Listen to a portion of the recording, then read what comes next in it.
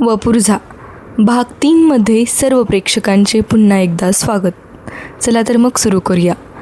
तुम्हाला काय सांगू, ह्या तापटपणापायी मला एकही घर उरलेलं नाही. कोणत्या क्षणी कुणाच्या देखत आपला अपमान होईल हे सांगता येत नाही. मित्र नाहीत, शेजारी नाहीत, बाहेरच्या जगाशी काही नातच नाही. एरवी काय करतात मग? एरवी म्हणजे ऑफिस संपल्यावर, ऑफिस संपलं की घर, घरून निघालं की ऑफिस. वाचनाचं वेड नाही, संगीताचं आकर्षण नाही, गप्पांचा छंद नाही, फिरायला जाण्याची आवड नाही. माणूस रिकामा असला की काय करणार मग? माझ्या मागे मागे असतात. मी काय करते हे सतत पाहत राहायचं. काही चुकलं, सांडलं, लवंडलं की ओरडायचं. हे असं आयुष्य किती भगिनींच्या वाटेला आलं असेल. अभिरुची संपन्न नवरा मिळावा अशी काही एकूण एक स्त्रियांची मागणी नसेल. त्यांनाही आपल्या मर्यादा माहीत असतात, पण तो किमान माणूस तरी असावा. ही अपेक्षा गैर आहे का? असे किती संसार ध्येय माणुसकी शून्य पुरुषांपायी वाया गेले असतील. किती संसार, किती घरं जे सर्वसाधारण का होईना पतीसुद्धा होऊ शकत नाही, तो आदर्श बाप तरी कसा होईल? माणूस फसतो केव्हा? दुसऱ्याच्या हातातले पैसे स्वतःचे समजून चालतो तेव्हा फसतो. न मिळालेल्या पैशाबद्दल मी झुरत बसलो असतो तर एवढी वाटचाल झालीच नसती. बुडालेल्या पैशाचे धक्के मी मनावर घेतले असते. बर्बाद झालो असतो तर मी स्वतःला फसलो म्हणालो असतो. पण इथे त्याचा खेदच नाही. तेव्हा मला बुडवणारेच फसतात की नाही? बोलून दुखवण्यापेक्षा बोला धरण्याने माणूस जास्त खच्ची होतो. त्याचप्रमाणे काही शब्द, वाक्य, विधानं फार भयंकर असतात. ती मोघम असतात, पण गैरसमज पसरवण्याची त्या मोघम वाक्यांची ताकद साथीचा रोग पसरवणाऱ्या जंतूपेक्षा अफाट असते. ती वाक्य म्हणजे मी किती सोसलंय ते माझं मलाच माहीत आहे.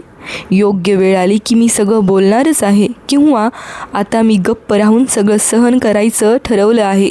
मी त्यांना पक्की ओळखून आहे. नेमक्या जागी बोट न ठेवणारी बायकांची ही वाक्य आपल्या सगळ्या शरीराला दंश करीत सुटतात. संसारात आपण निर्णय घ्यायचा नाही, बायकांना घ्यायला लावायचा. चुकला तर त्यांचा आवाज बंद, बरोबर आला तर क्रेडिट त्यांना मिळतं. पण काम आपलं झालेलं असतं. काहीही झालं तरी आपल्या टाळक्याशी कटकट नाही. माणसाने आजूबाजूच्या रोषणाईकडे पाहू नये किंवा विझवलेले दिवेही पाहू नयेत. ज्याला चालायचं आहे त्याने आपल्या हातातला दिवा जपायला असतो. प्रवाद निर्माण होतात, तसेच विरतात. प्रवाह अखंड असतो आणि जे लाकूड असतं ते तरंगतंच. निसर्ग आणि माणसाचं मन यात संवाद असतात, तर कृत्रिम गर्भधारणा नावाचा प्रकारच संभवला नसता, किंवा बलात्कारातून सुद्धा वंश वाढला नसता. टाळ्या वाजवणारे खूप असतात. सर्कस पाहायला येतात ते फक्त तेवढ्याचसाठी येतात. मृत्यूच्या गोलात फटफटी फिरवणारा असतो, त्याला टाळांचा आधार नाही वाचवतं. त्याच्याबरोबर जो दुसरा फटफटीवाला असतो तो सावरतो. प्रत्यक्ष कृती घडली की ती कशी घडली ह्याची कारणं आपण शोधू लागतो. कधी स्वतःच्या समाधानासाठी, कधी समर्थनासाठी. इतरांना सुचत नाही असं नाही. ज्यांना नुसतंच सुचतं ते फक्त आयुष्यभर मला हेच म्हणायचं होतं असं म्हणत राहतात. सुचल्यावर जे त्याच्यावर चिंतन करतात पण कृती करत नाहीत ते सगळे फिलॉसॉफर्स, आणि जे कृती करतात ते संत. 5 गुंडांचा तमाशा. आजूबाजूची 5,000 माणसं शांतपणे सहन करतात. वास्तविक अशा माणसांचा काटा काढणं अवघड नाही. पोलिसांनीच ते काम केलं पाहिजे असं नाही. त्यासाठी शरीर कमवावं लागतं. फार बळ लागतं असंही नाही. फक्त धैर्य लागतं. रक्तात चीड असावी लागते. पण ह्या समाजात पुरुषार्थ कोणालाच समजलेला नाही. पोलीस डिपार्टमेंट म्हणूनच टिकले. आपल्या समाजासारखा विनोदी समाज दुसरा कोणताही नसेल. कसा? ह्या सगळ्या बायका आज हळदीकुंकू करीत आहेत. का? तर ह्यांना नवरे आहेत, एवढंच कारण. ह्यापैकी अनेक जोडप्यांचं एकमेकांत पटत नाही. काहींना जबरदस्त व्यसनं आहेत. पैसे खाल्ल्यामुळे 1-2घांच्या नोकऱ्या पण गेल्या आहेत. ज्यांचं एकमेकांशी क्षणभरही पटत नाही त्यांच्यात घटस्फोटाची धमक नाही म्हणून ती 4 भिंतीत दिवस काढत आहेत. काहींच्या बायका आहेत आणि काही बायकांचे चोरटे संबंध आहेत, पण तरीही त्या सगळ्या सौभाग्यवती आहेत. बंदी काय ती मला आहे का? तर माझा नवरा अकाली गेला. वय वर्ष 28 हे मरणाचं वय नक्की नव्हतं. नवरा जाणं ही एक नैसर्गिक कॅलॅमिटी झाली, पण नंतर वर्षोनवर्ष समाजाने त्या बाईला तिच्या वैधव्याची जाणीव देत राहायचं. ह्या कॅलॅमिटीला काय अर्थ आहे? खरं तर समाजात जास्तीत जास्त प्रोटेक्शनची गरज एकट्या पडलेल्या स्त्रियांना असते. समाजांनी त्यांना कुशीत घ्यायला हवं. जेव्हा एखादी व्यक्ती संसार अर्ध्यावर टाकून जाते तेव्हा दोघांपैकी एका व्यक्तीचं आयुष्य संपतं, तर मागं उरतो त्याचा संसार संपतो. म्हणूनच अशा त्वरेचे जे सामाजिक, सांस्कृतिक म्हणा किंवा कौटुंबिक कार्यक्रम म्हणा, अशा मनोरंजनाच्या सोहळ्यांची गरज जी दुर्दैवाने एकटी पडली आहे तिला जास्त आहे. पुरुषांचं लग्न झालं म्हणजे त्याला आई दुरावते आणि त्याला मूल झालं म्हणजे बायको दुरावते. उत्तम डॉक्टर होण्यापेक्षा उत्तम नर्स होणं कठीण आहे, इतकंच माझं म्हणणं. डॉक्टरी पेशात ज्ञानाचा भाग मोठा आहे. माझ्या व्यवसायात मनाचा भाग मोठा आहे. डॉक्टरांचा स्टेथोस्कोप फक्त छातीपर्यंतच पोहोचतो. नर्सचा हात काळजाच्या आत जातो. रोग जाणता आला की डॉक्टरचं कार्य संपतं. नर्सला पेशंट समजावा लागतो. मला रोगाची माहिती नकोच आहे, मला माणसाची माहिती हवी आहे. आणि ती माहिती कशी मिळवायची हे कोणतंही शास्त्र सांगत नाही. शास्त्र फक्त रोगाची नावं सांगतं. पूर्वी हे रोग होतेच, त्यांची नावं माहिती नव्हती. पेशंट एक्झॅक्टली कशाने गेला ते आता पटकन सांगता येतं, कारण सायन्स पुढं गेलं. त्यांनी नावं शोधली. माणूस हा माणूसच राहिला तितकाच अनाकलनीय. तुझा शास्त्रावर राग का? राग कोण म्हणतं? राग मुळीच नाही. मला इतकंच वाटतं की शास्त्र हे जगू शकणाऱ्याला आणखी चांगलं जगायला देतं. मरणाऱ्यांसाठी अजून शास्त्र काही करू शकत नाही. तिथं सगळ्याच धन्वंतऱ्यांचे हात थकतात. पेशंटलाही ते समजून चुकतं, पण धन्वंतरी थांबला तरी नर्स थांबू शकत नाही. म्हणूनच मला हा पेशा महत्त्वाचा वाटतो. मी आमच्या डीन साहेबांना नेहमी म्हणतो की तुम्ही डॉक्टर मंडळी फक्त रोग्याचा ताप पाहून मोकळे होता. आम्ही ताप आणि मनस्ताप दोन्हीचं निवारण करायची धडपड करतो. कितीही म्हटलं की मनातल्या सगळ्या गोष्टी सांगायच्या तरी सांगता येत नाहीत, कारण मनाच्या कमकुवतपणापायी निर्माण केलेले दुःख कुठलं आणि दुःखावर उभं राहिलेले दुःख कुठलं हे जोवर ठरविता येत नाही तोपर्यंत नाही बोलता येत. आणि शेवटी आपलं मन आपणच मारायचं असतं. आपल्या विरुद्ध तक्रार घेऊन ते कुठं जात नाही, कुठंही बोलू शकत नाही. कोर्टात दाखल झालेल्या खटल्यापेक्षा दाखल न झालेले खटले जास्त चिघळतात, क्रॉनिक होतात. ह्या सगळ्यात ह्युमन लाईफ किती वाया जातं ह्याचा कोण विचार करतो? आता ताईपणाने कोणताही निर्णय घेतला तर निर्णय चुकीचा आहे की योग्य हे कळावर मोजायचं की बुद्धीवर? तुम्हाला बुद्धीच नसेल तर पेपर सोडवायला संपूर्ण 3 तास नव्हे तर अख्खा दिवस दिला तरी काय उपयोग? आपण सगळ्या गोष्टी वापरायला शिकतो, फक्त वेळ वापरायला शिकत नाही. किल्लीचं घड्याळ गेलं, इलेक्ट्रॉनिक्सचं आलं. वेगवेगळी घड्याळं वापरायची की संपलं. कोणताही खर्च करीत असताना आपल्याकडे एकूण जमा किती हा आकडा समजल्यावरच आपण खर्च कसा आणि किती करायचा हे ठरवतो.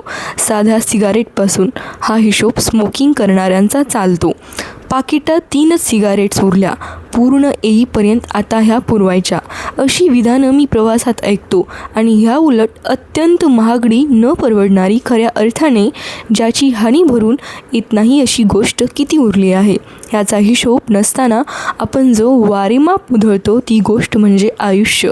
मन रमवणं ह्या नावाखाली गप्पा गोष्टी, दिवसचे दिवस पत्ते खेळणं, पार्ट्या, सिनेमांचे सिनेमे बघत सुटणं, निंदा नालस्ती, गॉसिपिंग, शॉपिंग, बुद्धीला चालना न देणारी नटनट्यांच्या भानगडींची साप्ताहिक वाचणं आणि ह्यापैकी काहीही नसेल तर दिवसच्या दिवस लोळून काढणारे बहाद्दर मी पाहिले आहेत. माणसं माणसांना भेटतच नाहीत, वेगवेगळे हेतू एकमेकांसमोर येतात, सावल्यांना भेटतात. म्हणूनच हेतुपूर्तता झाली की माणसं एकटी पडतात. दुसरा माणूस भेटला नाही तरी चालतं, फार कशाला.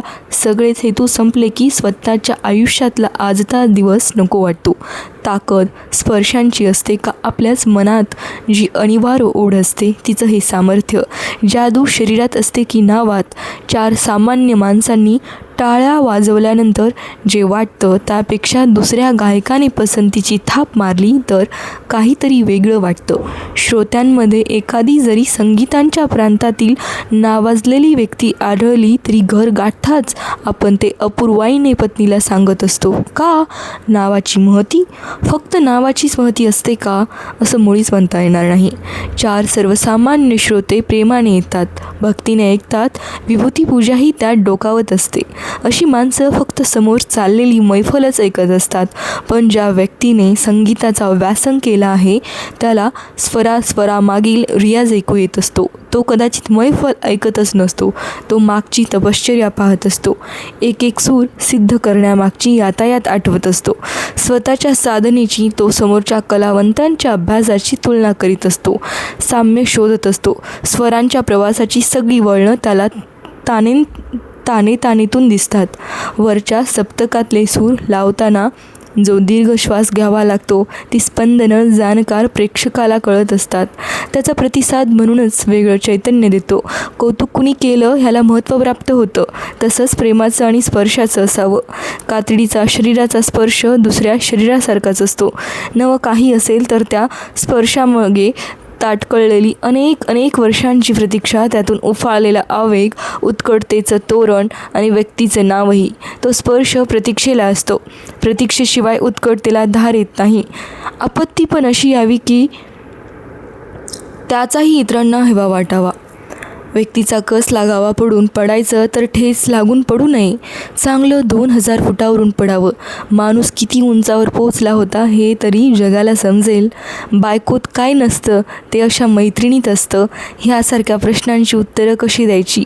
माझ्या मते अशी मैत्रीण जी हवीशी वाटते ती बायकोच्या ऐवजी हवी असते. हा समज चुकीचा आहे. तिला बायकोने सुद्धा स्वीकारावं ही गरज असते. तसं झालं नाही की होणाऱ्या यातना फक्त मैत्रिणीला समजतात, बायकोला समजत नाहीत. निस्वार्थी मैत्रीण मित्राचा संसार उधळला जावा पण आपली मैत्री टिकावी अशी कधीच अपेक्षा करीत नाही. पण ही धडपडही बायकोपर्यंत पोहोचत नाही. मैत्रीण मित्राच्या पत्नीची मर्जी आणि प्रतिष्ठा सांभाळते पण तो समंजसपणा पत्नी दाखवत नाही. बायकोचं मन धाब्यावर बसून मैत्री जपणारे महाभाग किती टक्के असतात आणि किती टक्के स्त्री पुरुष त्याच्या वातीच्या मैत्रीला तिलांजली देतात? ह्या टक्केवारीत जाण्यात अर्थ नाही. समजूतदारपणाच्या बाबतीत संसारातल्या साथीदारापेक्षा मैत्रीतला जोडीदार वरचढ ठरला ह्याचा आनंदही चिरकाल उरत नाही. कारण समजूतदार घटकालाच अन्याय सहन करावा लागला आहे हे शल्य पुसता येत नाही. हॉस्पिटल म्हटलं की लोकांच्या अंगावर काटा येतो. हॉस्पिटलचा संबंध किंवा नातं आपण कायम मरणाशी जोडतो. मला हॉस्पिटलचा संबंध जीवनाशी जास्त आहे असं वाटतं. मरणाच्या खाईतून माणसाला खेचून आपण पुनर्जन्म देणारी कोणत्याही हॉस्पिटलची इमारत मला कायम आकर्षक वाटत आलेली आहे आणि त्या वास्तूत आजारी माणसाची सेवा करणारी प्रत्येक व्यक्ती मला देवासमान वाटते, इन्क्लुडिंग स्वीपर्स. आपण MA मराठी व्हावं असं माझं एक स्वप्न होतं. त्याप्रमाणे कॉलेजात मी जायलाही लागलो. पण तिथे प्राध्यापक मंडळींचा वेगळा अनुभव आला. ही प्राध्यापक मंडळी टीकाकार, पत्रकार ह्या सर्वांची ग्रुपबाजी आहे. त्यांचे प्रत्येकाचे मोजके आवडते लेखक आहेत. काहींना हे अकारण पाण्यात पाहतात, काहींना हे लेखक मानतच नाहीत. एखाद्याला कंडम केलं मला भीती वाटू लागली की आपल्याही डोळ्यावर असाच चष्मा चढायचा आणि मराठी साहित्याचा निखळ आनंद उपभोगता यायचा नाही. मग कॉलेजला रामराम ठोकला. भटकण्याची अतीव हौस म्हणून टॅक्सी व्यवसाय सुरू केला. वाचन आणि प्रवास, वाङ्मयात व्यक्ती, माणसं ह्यांना भेटायचं आणि प्रत्यक्षात तशा व्यक्ती दिसतात का ह्याचा शोध घ्यायचा. कल्पनाशक्ती तरल असली आणि जवळ थोडी धडाडी असली म्हणजे आयुष्य 40-50ला थांबत नाही. सुख कधी संपत नाही. ती नित्य नवी उगवतात. सुकलेल्या फुलांना टाकण्याचं आपल्याजवळ फक्त धैर्य हवं. नव्या सुखांना जागा करून दिली की ती न बोलावता येतात. सगळे वार परतवता येतात. अहंकारावर झालेला वार परतवता येत नाही आणि पचवताही येत नाही. माणूस कितीही मोठा असो, राजा असो, भिकारी असो, गरीब असो, श्रीमंत असो, आई असो, बाप असो वा अगदी पोटचा पोर असो, त्याच्या नशिबातले शेवटचे शब्द हेच, उचला आता. सगळे अवयव म्हणे एकदा ब्रह्मदेवाकडे गेले आणि म्हणाले, आमच्यातला मोठा कोण आहे हे सांगा. ब्रह्मदेव म्हणाले, ज्याच्या वाचून अडतं तो मोठा. त्यावर प्रथम डोळे रुसून गेले. माणसाने देवाला विचारलं, डोळ्यांशिवाय तू कसा जगलास? त्यावर माणसाने सांगितलं, जगलो एखाद्या आंधळ्याप्रमाणे. मग कान रुसून गेले. पुन्हा प्रश्न विचारल्यावर माणूस म्हणाला, जगलो एखाद्या बहिऱ्याप्रमाणे. असं होता होता सगळे अवयव रुसून थकले. शेवटी प्राण रुसून जायला लागला आणि माणूस उत्तर द्यायला उरलाच नाही. तेव्हा जहेते कालाचे ठाई सर्वांत महत्त्वाचा प्राण, म्हणूनच तो एकदा रुसून गेला की बाकीचे म्हणतात, उचला आता. बायकांची प्रेम करायची तऱ्हा कशी असते सांगू? ऐक. स्वतःची पत, सामाजिक प्रतिष्ठा, लौकिक स्वास्थ्य ह्या सगळ्याला धक्का न लावता एखादं प्रेम प्रकरण त्यांना पंचपक्वान्नांच्या जेवणानंतर एखाद्या विड्यासारखं जगायला हवं असतं. माणसाचं मन विचित्रच, म्हणूनच त्याच्या मागण्यासुद्धा तशाच. त्या मागण्या ज्याच्या त्याला आकलन होत नाहीत, पण एक नक्की कोणतं ना कोणतं वेड त्याला हवं असतं आणि ते जरुरीचं पण आहे. तुम्ही एखाद्या माणसाला वेड कशाचं आहे ह्याच्यावर विचार करीत बसता. मला त्या वेडापेक्षा माणसाचं वेड होण्याच्या वृत्तीची मजा वाटते. ती वृत्ती महत्त्वाची. माणसं म्हणून शांत असतात, नाहीतर त्यांनी आगी लावल्या असत्या. ही वेड जोपासायला हवीत. कोणतं न कोणतं फ्रस्ट्रेशन विसरण्याच्या त्या गोळ्या असतात. संसार बुद्धिमत्तेच्या जोरावर होत नाही. नेहमी तो होतो भक्तीतून, प्रेमातून. प्रेमाचा उगम मनात असतो. भक्तीने संसार करणाऱ्या स्त्रीने वैवाहिक जीवनातला प्रत्येक क्षण संसार आणि नवरा यासाठी जपलेला असतो. तिने स्वतःचं निराळं अस्तित्व मानलेलं नसतं. तिच्या साथीदारासाठी तिचा सतत त्याग चाललेला असतो. तो त्याग तिच्या साथीदाराने ओळखून तिला सतत दाद द्यावी एवढीच तिची एकमेव इच्छा असते. आणि मग तेवढ्याचसाठी तिला प्रेमात भागीदार नको असतात. आपला माणूस कायम आपलाच राहावा ही पत्नीची भावना पण स्वाभाविक, आणि कुणीतरी कलाकारावर भाळत राहणं हेही स्वाभाविकच. उत्कटपणे दाद देणाऱ्या रसिकाकडे कलाकाराने उत्कृष्ट होणं हेही स्वाभाविकच. तसं झालं की त्या कलाकाराची बायको स्वतःला अकारण नालायक समजते. कल्पनेची इमले रचायला लागते. नवऱ्याने काहीही न करता केवळ कल्पनेच्या राज्यात नवरा शेवटपर्यंत पोहोचला असणार असं बायको गृहीत धरते. तिला तेव्हा तो स्वतःचा फार मोठा पराभव, अपमान वाटतो. मग नवऱ्याची कलासाधना हा तिला ताप वाटतो. अशी बायको आपल्या नवऱ्याला कलासाधने साथ देईल असं वाटतं का? बायका जेवढ्या व्यवहारी असतात तेवढे पुरुष नसतात. आपल्या संसारात काय उणिवा आहेत, आपली धाव केवढी आहे, सीमारेषा किती अंतरावर आहेत ह्याची जाणीव पुरुषांपेक्षा बायकांना जास्त असते. आणि त्याहीपेक्षा आपल्याला इतरांशी काय करायचं आहे असा रोखठोक सवाल असतो. ध्येयासाठी वेडे होणारे पुरुषच प्रेम करतानाही बायका हातचं राखून प्रेम करतात. आणि त्यांनी जेवढं दिले त्याला आपण सर्वस्व वहाल केले रे असं म्हणत पागल होतो. जी माणसं भावनाप्रधान असतात त्यांच्या स्वाभिमानाला जर जबरदस्त धक्का लागला तर दोनापैकी एक काहीतरी होतं. काही माणसं गप्प बसतात, मनातल्या मनात कुडतात आणि निवृत्तीचा मार्ग पत्करून सगळं आयुष्य एखाद्या बाभळीच्या झाडासारखं शुष्क घालवतात. ह्या उलट काही माणसं चिडून उठतात, सारासार विचार गुंडाळून ठेवतात आणि मग सगळ्यांवर वार करीत सुटतात. अशी माणसं एकेकाळी भावनाप्रधान होती हे सांगून खरं वाटत नाही. स्त्रीला जन्माला घालताना परमेश्वराने तिला विचारलं, तुला बुद्धी हवी का सौंदर्य? तेव्हा ती स्त्री म्हणाली, बुद्धीची गरज नाही, सौंदर्य दे. देव म्हणाला, का? बुद्धीच्या सामर्थ्यावर सौंदर्य मिळवता येत नाही, पण सौंदर्याच्या जोरावर बुद्धी विकत घेता येते. पोरकेपणा म्हणजे काय? आपली व्यथा इतरांना न समजणं हाच पोरकेपणा. किंवा किंवा हे पोरकेपण आपण लावून घेत नाही.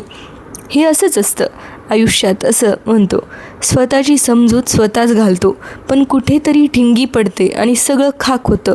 असं हे पेटणं म्हणजे कापराचं पेटणं. मला स्वतःला जळायला आवडतं. ज्यात जळून जाण्याची ताकद आहे तोच माणूस, पण त्याच वेळेला मला हे असं कापराचं जळणं आवडत नाही. ह्याचं कारण मागे काही उरतच नाही.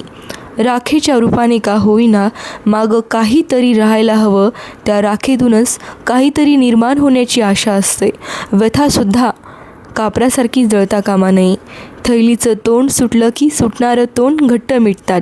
नीती अनितीच्या चौकटी शेवटी बँकेच्या काउंटरवरच ठरतात. म्हणूनच पैसेवाल्यांना त्यांच्या भानगडी करणं आणि निस्तरणं सोपं जातं, कारण समाजानंच त्यांना स्वाभाविकपणाची लेबलं बहाल केलेली असतात. शब्दांचा व्याकरणातला अर्थ आणि स्थान हे परीक्षा देताना समजतं आणि त्याचं शब्दांचं जीवनाशी काय नातं असतं ह्याचा अर्थ जगताना समजतो. परीक्षेचा हॉल सोडला की परीक्षेचं ओझं झटकता येतं, कारण पदवीपुरता त्या हॉलशी संबंध असतो. पण जगताना केव्हा शब्द झटकता येत नाहीत तेव्हाच त्याचा खरा अर्थ समजतो. मुलाखत हा प्रकार मला मुळातच बोगस वाटतो. बोलणारा भाबडेपणाने भारावून जेव्हा मर्मबंधातलं काही सांगू लागतो तेव्हा मुलाखत घेणाऱ्याच्या डोक्यात छापलेला पुढचा प्रश्न असतो किंवा कॉलमची लांबी. बोलणारा कवितेत गेलेला आणि विचारणारा गणितात. म्हणूनच मुलाखत संपली की गणितातल्या उत्तराच्या कंसाप्रमाणे मुलाखत घेणारा कंस म्हणतो, हॅ वेळ छान गेला. वास्तविक मुलाखत घेणाऱ्याच्या जवळ सांगणाऱ्याचा गाभारा दुपाने भरण्याची ताकद हवी. मुलाखतीतून गोष्टीत प्रवेश करण्याची जादू हवी. एखाद्याला बोलतं करायचं म्हणजे सहप्रवास करावा लागतो. ऐकणारा साधा फुगा आणि बोलणारा म्हणजे गॅस फुगा. गुंगीत नशेत जास्त तरल वातावरणात चढणारं आणि पहिला मात्र जमीन घट्ट धरून ठेवणारा, ह्या दोन फुग्यांचा संवाद कसा व्हावा. आपल्या विचारांची भावनांची तीव्रता आपल्यालाच, ते मग पुष्कळदा खरे असोत, भ्रामक असोत वा दिशाफूल करणारे असोत. काही काळ ते विचार त्या भावना तुमच्यावर हुकमत गाजवून जातात हेच खरं. म्हणूनच त्यातली उत्कटता ज्याची त्यालाच जाणवते, इतरांना नाही. माणूस तशा अर्थानं सतत एकटाच. निसर्गाची म्हणा नियतीची म्हणा एक फार मोठी किमया आहे. ती माणसाला कोणत्या तरी एका दालनात यशाच्या शिखरावर नेऊन ठेवते आणि त्याचा दिलेल्या उंचीचा हिशेब साधण्यासाठी जीवनाच्या दुसऱ्या दालनात त्याचं माणसाला अगदी सामान्य शूद्र करून सोडते. एका माणसाला छोटा करून ती दुसऱ्याला मोठा करीत नाही, तर एकाच माणसाला ती इथे छोटा तर तिथं मोठा करते. मी तुमची फक्त उंची पाहिली, इतर बाबींशी मला कर्तव्य नाही. बायको एक वेळ शरीराने दूर झाली तर चालेल, पण मनाने विचारांनी दूर झाली तर फार वाईट. पहिल्या बाबतीतला दुरावा काही काळच अस्वस्थ करणारा असतो, पण दुसऱ्या बाबतीत निर्माण होणारी भिंत त्याच्यावर डोकं आपटलं तरी सहजी फुटत नाही. पुरुषांचं निम्म अधिक बळ अशा भिंती पाडण्यात खर्च होतं आणि बायकांकडून कित्येकदा शरीरासाठीच ही लाडीगोडी चाललेली आहे असा सरसकट अर्थ घेतला जातो. स्त्री शरीराने दूर झाली म्हणजेच फक्त पुरुष वैतागतो, ही त्यांची अशीच गोड समजूत आहे. त्याला तसंच कारण आहे. शरीर सुखासाठी स्त्री राबवली जाते, पुरुष फायदा घेतात, ही किंवा अशा तऱ्हेची शिकवण स्त्रीवर्ग परंपरेने घोकत आला आहे. प्रामाणिकपणा ही शिकवण्याची बाब नव्हे, तो रक्तात असावा लागतो. त्यात टक्केवारी नसते, तो असतो किंवा नसतो. आपण आपल्या बायकोचं तिला विरोध न करता कधीच शांतपणे ऐकू शकणार नाही. ऑफिसातला त्यांचा मित्र मात्र सगळं ऐकतो, कारण आपल्या बायकोच्या संसारातल्या दुःखाला त्यांचा मित्र मुळीच जबाबदार नसतो. कोणताही स्वार्थ नसतो. तेव्हाच माणूस शांतपणे इतरांच्या समस्या ऐकतो. एकदा केव्हा तरी शांतपणे बसावं आणि वयानुसार आपण काय गोष्टी सोडल्या ह्याचा आढावा घ्यावा. मग लक्षात येतं की आपण गाभुळलेली चिंच अनेक वर्षांत खाल्लेली नाही, जत्रेत मिळणारी पत्र्याची शिट्टी वाजवलेली नाही, चटक्यांच्या बिया घासून चटके द्यावेत असं आता वाटत नाही, कारण परिस्थितीने दिलेले चटके सोसतानाच पुरेवाट झालेली आहे. कॅलिडोस्कोप पाहिलेलं नाही, सर्कसमधला जोकर आता आपलं मन रिझवू शकत नाही, तसंच कापसाची म्हातारी पकडण्यातला चार्मही राहिलेला नाही. कापसाच्या म्हातारीने उडता आपला बाळपणीचा सुखाचा काळ स्वतःबरोबर कधी नेला हे आपल्याला कळलंच नाही. आता त्या ट्रिप्स नाहीत, 2-2 मुलांच्या जोड्या करून चाललं नाही, विटी दांडू नाही, साबणाचे फुगे नाहीत, प्रवासात बोगदा आला तर एक अनामिक हुरहुर नाही. त्या उडणाऱ्या म्हातारीने हे सगळे आनंद नेले, त्याच्या बदली तिचं वार्धक्य तिने आपल्याला दिलं, म्हणूनच ती अजून उडू शकते. आपण जमिनीवरच आहोत.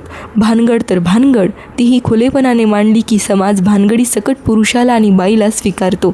एवढं नक्की, समाज का स्वीकारतो? समाजाचे कोणतेही संबंध व्यक्तीत गुंतलेले नसतात. म्हणूनच ज्याचा परिचय नाही तो तिराहित. अशी तिराहित मंडळी ही खरी जनता. उरलेले परिचयाचे ते काही ना काही कामापायी, स्वार्थापायी तुमच्याशी जखडलेली असतात. तुम्हाला दुखवणं हे त्यांना न झेपणारं असतं, त्यामुळे ते तुम्हाला भानगडीसकट स्वीकारतात. मग राहिली फक्त रक्ताची माणसं, ती नाईलाजाने गप्प बसतात. जवळचं मन चमत्कारिक नातं असतं ते बायकोचं, तिची जडणघडण नातं भावनेच्या पलीकडच्या विश्वातलं. नवऱ्याने मैत्रीण किंवा प्रेयसी करणं हा तिच्या भावनेवर, प्रेमावर, भक्तीवर आघात नसतो, तर तितकाच तिच्या तो अस्मितेवर असतो. तो सहन करणं तिच्याही शक्तीबाहेर असतं. माणसाची गॅरंटी नाही, म्हणूनच मी लग्न जमवण्याच्या भानगडीत पडत नाही. आपल्याला माहीत असलेला मुलगा किंवा मुलगी, नवरा आणि बायको ही दोन नाती वगळून एरवी कशी आहेत तेवढंच माहीत असतं. ISI कंपनीचा शिक्का ज्यावर कधीही मारता येत नाही, असं माणूस नावाचं एक और यंत्र आहे. रिंगण सोडल्याशिवाय रिंगणाचा अर्थ समजत नाही, आकार समजत नाही. रिंगणात आहोत तोवर सगळे माया करतात. रिंगणाच्या बाहेर पडावं, मग नजरा बदलतात, आकार बदलतात. विहिरीत राहणाऱ्या कासवाला विहिरीचं पाणी किती खोल आहे हे सांगता यायचं नाही, ते कायम विहिरीत असतं. काठावरून सूर मारणाराच ते सांगू शकतो. माझं तसंच झालं. लौकिक, लोकापवाद, मान, पद, प्रतिष्ठा ह्या चक्रावर मी जेव्हा बसले होते तेव्हा मला ते चक्र फार मोठं वाटलं. त्याचा वेग मला प्रचंड वाटला. त्या चक्रावरून मी बाजूला उडी घेतली. मग मला समजलं की या चक्राला गती आहे, तरी ते आगतिक झालं आहे. गती आगतिक होऊ नये, मी ते पाहिलं आणि वाटलं मी मुक्त झाले. पूर्वी नव्हते. पूर्वी समाजात असून एकटी होते आणि एकटी आहे तरी समाजाने घेरलेला आहे. निसर्ग निरनिराळ्या वयाला निरनिराळ्या देणग्या देतो. बालपणाला कुतूहलाची देणगी, किशोरावस्थेत सगळ्या जगावर खुश राहण्याची देणगी, तारुण्यात तर भरच भर, शृंगार, प्रेम, शरीराचं आकर्षण ही देणगी, लग्नानंतर वात्सल्याची देणगी आणि वृद्धपकाळात वैराग्याची देणगी. ह्या सगळ्या देणग्यांवर आपण जगतो. मलाही त्या देणग्या मिळाल्या, पण त्यांचा क्रम चुकला. मला स्वप्न फुलवायला मिळालीच नाहीत. मला स्वप्न विकत घ्यावी लागली. बाजारातून तयार वेणी विकत घेऊन डोक्यात घालण्यात आनंद असतोच, पण बागेत आपल्यासमोर एखादं फूल फुलताना जो आनंद मिळतो त्याची सर विकतच्या फुलांना येईल का? पुरुषाने बाईकडे बघत राहणं ह्यात स्वाभाविक काय आहे? प्रत्येकजण बघतोच, हे बघणं अर्थातच बाईच्या देखणेपणावर अवलंबून असतं. ह्यात वाद नाही. त्या बाबतीत सगळ्या पुरुष जातीचं एकमत होईल. त्या पाहण्याला जे रसिकत्व लागतं ते कोणत्याही क्रमी पुस्तकातून येत नाही, ते प्रत्येकाजवळ उपजत असतं. त्याप्रमाणे ज्या बाईकडे बघायचं तिच्या ते लक्षात न येता कसं पाहायचं ह्याचं शिक्षणही कोणत्याही शिक्षण खात्याने मंजूर दिलेल्या पुस्तकात मिळत नाही. प्रत्येकाची त्या बाबतीत विषय एकच असून स्वतंत्र PhD असते. कुंकू, मंगळसूत्र, पांढरं कपाळ ह्या कुणावरून अंदाज करणाऱ्याचे दिवस कधीच संपले. हल्ली संपूर्ण मोत्यांच्या माळेत मानेमागे वेणीखाली लपेल असा एकच काळा मणी असतो. नवऱ्याचं संसारात स्थान किती हे या फॅशनवरून समजतं, पण नवरा आहे की नाही समजत नाही. जीवनात येणाऱ्या अनुभवांनी आपण आपल्या मर्यादा ठरवतो. हे वाईट ते चांगलं असल्या व्याख्या तयार करतो. त्या व्याख्या किती तकलादू व्यक्तिगत असतात हे व्याख्या बनवणाऱ्या माणसाला समजत नाही. त्या व्याख्यांना आपण डावलून न कळत पुढे जातो. लगेच आपण निर्माण केलेल्या विश्वात आपण स्वतःला पापी समजतो. हा सगळाच पोरखेळ नाही का? जन्मभर मनुष्य प्राणी मूलच असतो. माणूस म्हणजे लहान मूल, मोठं मूल आणि मोठं मूलच. समोरच्या दुःख सांगणाऱ्या माणसाचं जर समाधान करायचं असेल, तर त्याला दिलासा द्यायची इच्छा असेल, तर तो जे बोलतो त्यातलं 70% तुम्हाला ऐकू येता कामा नये. कारण त्यांच्या आयुष्यातल्या दुःखाला पुष्कळदा त्याचा मूर्खपणा कारणीभूत असतो. तो जेव्हा ऐकू येत नाही तेव्हाच सहानुभूती दाखवणं शक्य होतं. तो म्हणतो ते जर सगळं ऐकू आलं तर त्यालाच एक झापड मारावीशी वाटेल. स्पर्शसुख म्हणजे प्रेम नक्कीच नाही. तो प्रीतीचा मूळ रंग नाही. तो नुसता अभिलाषेचा तवंग, एक सवंग लालसा. जाता येता भेटत राहते, जाणवते. स्पर्शाची ही लालसा रोज ऑफिसला जाताना लोकलमध्ये सहन करावी लागते. रस्त्याने चालताना लादली जाते. बुकिंग क्लार्कने तिकीट देताना स्पर्श करावा, बस कंडक्टरनं तेच, वाहनाने पुड्या देताना तेच, ऑफिसरने फाईल देताना तेच. हीच लालसा ऑफिसच्या लिफ्टमध्ये सुद्धा. सुटाबुटात चिकटून जाते. वर पुन्हा सॉरीचं गुलाब पाणी शिंपडायचं आणि एक ओषट हास्य. सगळीकडेच ही लालसा थैमान घालताना दिसते. ऑफिसच्या कामासाठी फोन करावा तर पलीकडच्या पुरुषी आवाज अकारण मवाळ होतो. नजरा तर दुसरं काही ओकतच नाहीत. स्त्री देहावर त्या अर्थपूर्ण नजरांची फूट चढलेली असतील फूट. भारतीय युद्ध समाप्तीनंतर श्रीकृष्णाने अर्जुनाला प्रथम रथामधून उतरायला सांगितलं. अर्जुनाला नवल वाटलं तरी कृष्णाचं ऐकून तो उतरला. त्यानंतर श्रीकृष्ण उतरताच अर्जुनाचा रथ जळून गेला. त्यावर श्रीकृष्णांनी सांगितलं, कौरव सैन्याने टाकलेला अस्त्रांचा परिणाम रथावर झालेला होता. अगोदर जर मी उतरलो असतो तर हा रथ तुझ्यासकट जळून गेला असता. आयुष्यभर स्त्रीदेहाचं संरक्षण असाच कोणी अज्ञात कृष्ण करीत असला पाहिजे. नाहीतर पुरुषांच्या नजरांनी तो देह चित्तेवर चढण्यापूर्वी जळून गेला असता. सल्ला मागणारे खूप असतात, ऐकणारे किती असतात. शेवटी स्वतःला जे हवं असतं तेच माणूस करतो. आपण मात्र जीव तोडून आपणच त्या प्रसंगात सापडतो आहोत असं समजून कसा कोरडा करतो. सांगणाऱ्या माणसांना कुणीतरी ऐकतोय आणि त्याला आपलीच बाजू योग्य वाटत आहे एवढंच समाधान हवं असतं. त्यांना पुन्हा जगावंसं वाटतं. आपलं काहीच चुकलेलं नाही ही भावना माणसाला नव्या क्षणाचं स्वागत करायला बळ देते. म्हातारी मला सांगत होती, मुली बघणं हा पुरुषांचा स्थायी भावच आहे. बायकांकडे पाहावं ही भावना जोवर जागती आहे तोवर पुरुष हा पुरुष आहे. आता विनाचे वडील, तसं वय झालेलं, पण असे ह्या खिडकीजवळ उभे राहिले की गुंग व्हायचे. मोठ्या प्रसन्नतेने रस्त्यावरच्या बायका पाहत राहायचे. ते तर पुरुषच. पण तुला गंमत सांगते, एक दोनदा मी पण त्यांच्याजवळ जाऊन उभी राहिले. रस्त्यावरून जाणाऱ्या पोरींकडे त्यांच्या म्हणजे तुम्हा पुरुषांच्या नजरेतून पाहण्याचा प्रयत्न केला. तेव्हा बायकांकडे पागल होऊन पाहणारे पुरुष मला पागल वाटेनासे झाले बघ. आता तर रस्त्यावरच्या मुली पाहण्याचा मला छंद जडलाय. बेभान करण्याचं तंत्र बरोबर शिकल्यात बघ पोट्ट्या. चित्रासारख्या राहतात बघ. मी तर गेल्या अनेक दिवसांत कुरूप मुलगीच पाहिली नाही. मी हसून विचारलं, आजी तुमचे हे विचार एकदा माझ्या बायकोला ऐकवाल का? मुळीच ऐकवणार नाही. का? तरुणपणात बेटा अहंकार असतो. आपली तुलना इतरांबरोबर होता कामा नये असं वाटतं. त्यात काही गैर पण नाही. मी तरुण असताना माझ्या नवऱ्याला कमी छळले का हे विचार आत्ताचे म्हातारपणाचे. स्वतःच्या रूपाचा अहंकार जळाला तेव्हा इतर सौंदर्य दिसायला लागलं. खर्च झाल्याचं दुःख नसतं, हिशेब लागला नाही की त्रास होतो. माझी ॲम्बिशन अगदी छोटी होती आणि ती मी पुरी केली आहे असं मी जाणीवेने म्हणते. एखादं काम यशस्वी झालं की नाही हे ओळखण्याची माझी सोपी रीत आहे. आपल्याला आतून आनंद आणि धीर मिळाला की मला कृतकार्य वाटतं.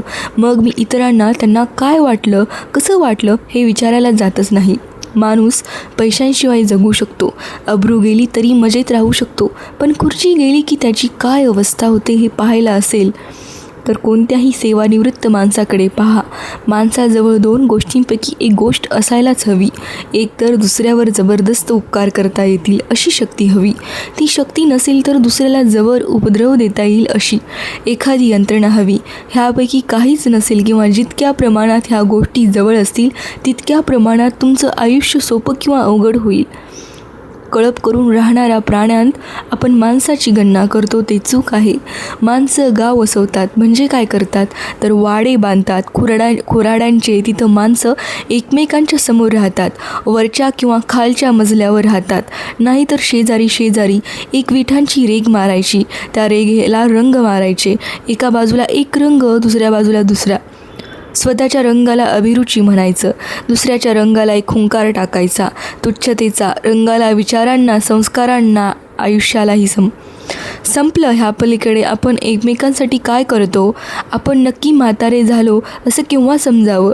तर चमचमीत कांद्याची भजी खाताना जेव्हा खोकल्याची आठवण होते तेव्हा, उडी मारून रूळ ओलांडायची भीती वाटते तेव्हा, जागरण म्हणजे रक्तदाब किंवा पंक्तीतलं पिवळ्या धमक केशरी जलव्यांचं ताट म्हणजे मधुमेह असली तैराशिकं दिसायला लागतात तेव्हा, रस्त्यावरून जाणाऱ्या बाईकडे नजर जाण्याअगोदर तिच्या कडेवरच्या मुलाकडे जेव्हा प्रथम लक्ष जातं तेव्हा, म्हातारपण आलं असं खुशाल समजावं. पॅसेंजर ज्या अधीरतेने टॅक्सीत बसतो त्यावरून आपण त्या जागेवर पोहोचेपर्यंत किती टॅक्सीवाले न थांबता निघून गेले आहेत हे मला समजतं. मागून येणाऱ्या मोटारी समजण्यासाठी हा समोर जो आरसा लावलेला आहे त्यात फक्त मागच्या मोटारी बघायच्या नसतात. हा आरसा आम्हाला पॅसेंजरची मनस्थिती सांगतो. मोटारीचा दरवाजा लावताना होणाऱ्या आवाजावरून पॅसेंजरची संस्कृती समजते. मीटरकडे नजर ठेवणाऱ्या पॅसेंजरची आर्थिक कुवत समजते. त्याच्या बसण्याच्या पद्धतीवरून तो टॅक्सीत नेहमी बसणारा आहे की नाही हे समजतं. बायकोला विश्वासात घ्यावं पण ती बिथरणार नाही अशा बेताने रिंग मास्तर आपल्याला सहज बोटावर खेळवतोय हे जसं वाघिणीच्या लक्षात येता कामा नये तसंच आहे. हे बायको कशी हवी राव? आपण बिथरलो तर आपल्याला सावरणारी हवी, स्वतःचं बिथरणारी नको. थोडक्यात म्हणजे पेपर वेटरसारखी हवी. खालचे कागद फडफडतील पण ती स्वतः गडगडणार नाही, चालणार नाही आणि खालचे कागदही उडू देणार नाही. स्वाभाविक अस्वाभाविक, प्रयोजक अप्रयोजक, निंद्य स्तुत्य ह्यांसारखे भेदभाव निर्माण केले ते माणसांनी निसर्ग जर खऱ्या अर्थाने जाणला असता तर त्यांना कळलं असतं की निसर्ग आपल्याला केव्हा केव्हा वैरासारखा वाटतो. ह्याचं कारण आपण फक्त भेद ओळखतो. निसर्ग फक्त भाव जाणतो. निसर्गाने भाव निर्माण केला आणि मानवाने भेद निर्माण केले. भेदातून जात निर्माण झाली, नाती जन्माला आली. बाप, आई, मुलगी, मुलगा, पत्नी, प्रेयसी ही नाती आपण निर्माण केली. निसर्ग मात्र फक्त स्त्री आणि पुरुष एवढाच भाव ओळखतो. जे दुःख केव्हा तरी संपणार असतं तेच दुःख माणूस सहन करू शकतो. ज्या दुःखाला किनारा असतो तेच दुःख भोगून पार करता येतं.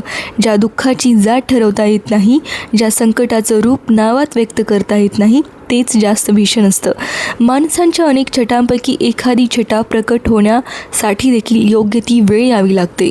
त्या वेळी जे प्रकट होतं ती छटा म्हणजे संपूर्ण माणसाचं दर्शन नव्हे, आपल्यालाच फार घाई होते आणि एखादी छटा, एखादा विचार, एखादी कृती म्हणजे ती संपूर्ण व्यक्ती असं आपण धरून चालतो. असं गृहीत धरून चालण्याची खोड वाढवणं म्हणजे पश्चातापाला भरपूर वाव देणं. पश्चातापाचा काळ हा काही अचानक उगवत नाही किंवा आपोआप जन्माला येत नाही. भूतकाळात ज्या काही गोष्टी आपण अकारण घाईने उरकतो त्या घाईच्या क्षणीच अशा काळाला आपण जन्म देतो. मग ती घाई एखादी कृती करण्यात असो किंवा एखादा व्यक्तीबाबत बांधतो त्या अडाख्याबाबतची असो. कोणत्याही प्रसंगाला न डगमगणारी व्यक्ती दमत नाही असं नाही. परंपरेने आणि चाकोरीने आपण काही गोष्टी कायम धरून चालतो. विदूषकाने प्रत्येक मिनिटाला हसवलंच पाहिजे किंवा टोपलीचं झाकण काढताच नागाने फणा ओढून 10चा आकडा दाखवावा अशा आपल्या अपेक्षा असतात. थकवा ही नैसर्गिक अवस्था आहे हे आपण काही बाबतीत गृहीत धरायला तयारच नसतो. कलावंतांशी लग्न करताना त्याच्याकडे कायम कलावंत म्हणून पाहण्याची इच्छा आणि शक्ती असेल तर करावं.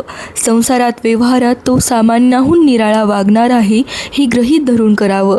त्याचं वागणं विक्षिप्तपणाचं वाटेल पण त्याच्या विश्वात त्या वागण्याला त्याची अशी संगती असेल, ते आकलन होणारं असेल तर करावं. कलाकाराच्या सगळ्याच वृत्ती, सगळेच विकार उत्कट असतात.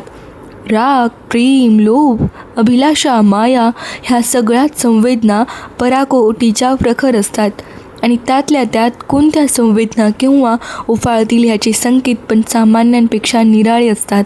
अमुक एक भावना आता ह्या वेळीस का असा प्रश्न कलाकाराला रुचत नाही. त्याला त्या क्षणी फक्त तेवढीच साथ हवी असते. नेहमी दिसणारं आकाश एखाद्या दिवशी भव्य वाटतं. पाण्याला पण कधीकधी निराळी चव येते. नेहमीच स्पर्शात निराळी स्निग्धता जाणवते. असं का होतं? आपल्याच मनाची भावना वातावरणात मिसळते, मग आकाश भव्य वाटतं. पाण्याला चव येते, स्पर्श वेगळे वाटतात. ती भव्यता, ती चव, तो स्निग्धपणा आपल्यालाच मनाचा असतो. आपलं काय होतं सांगतो. रस्त्यावरून जाणारा प्रचंड हत्ती आपल्या नजरेला दिसत नाही. हत्ती गेल्यावर त्याची धूळ उमटलेली पावलं पाहून आपण अंदाज करतो, इथून हत्ती गेलेला दिसतोय. तसं आहे हे आपल्याला अशी अनुमानं काढायची फार खोड असते. दुसऱ्या एखाद्याचं प्रत्यक्ष कार्य संपून तो त्यावरून सिद्धांत मांडण्यापर्यंत मजल गाठतो तरी आपण अनुमानच काढीत बसतो. पुरुषाला पत्नी हवीच असते पण त्याहीपेक्षा त्याचं मन प्रेयसीसाठी भुकेलेलं असतं. बाहेर बसलेल्या माणसाची प्रेयसीच हरवलेली आहे. माझ्या लग्नाला एवढी वर्ष झाली, पण पत्नी अजून प्रेयसीच होऊन माझ्याकडे येते आणि मग त्यावेळी मला प्रियकर बनवण्याचं सामर्थ्य तिच्यात निर्माण होतं. मग त्यावेळी एकच जाणवतं, सगळं खोटं आहे.